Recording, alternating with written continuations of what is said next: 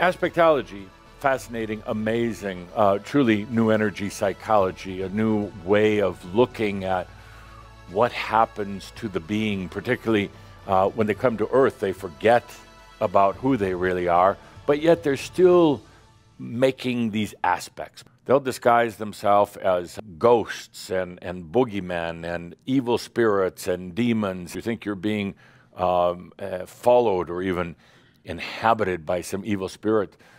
It's not. It's simply an aspect. How many of the thoughts that you've had are not yours? They belong to an aspect. How often when you hear this negative voice, is it not really yours, but belonging to an aspect or a group of aspects? How many times have you felt fear that wasn't really you? How often have you felt and experienced confusion where you can't seem to sort things out and get clear because all of the aspects with their agendas and their stuck energy are clogging up the very natural process of creativity and creation? Traditional psychology has an unwritten core belief that there is something broken at the core of the person and that it must be fixed.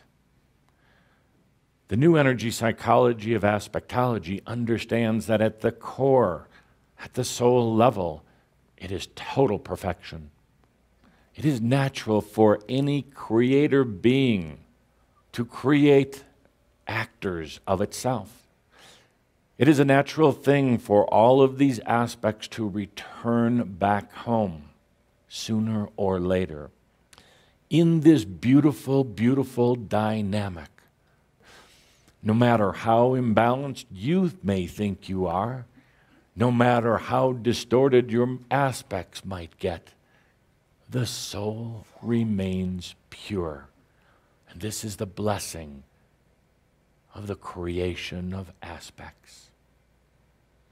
What emerges is a wiser human, a more enlightened human, and a human who's no longer afraid of themselves or their actions or their thoughts. It eliminates those crazy thoughts, those voices, that constant judgment upon yourself. The mind quiets down, and the fear seems to go away. A new trust in the deepest parts of yourself is reestablished, and you live each moment in a very balanced and integrated relationship with yourself, in a trust that you haven't felt in eons of time. You tend to think that these have influence or power over you. And you know what? The minute that you start thinking that and believing that, it happens.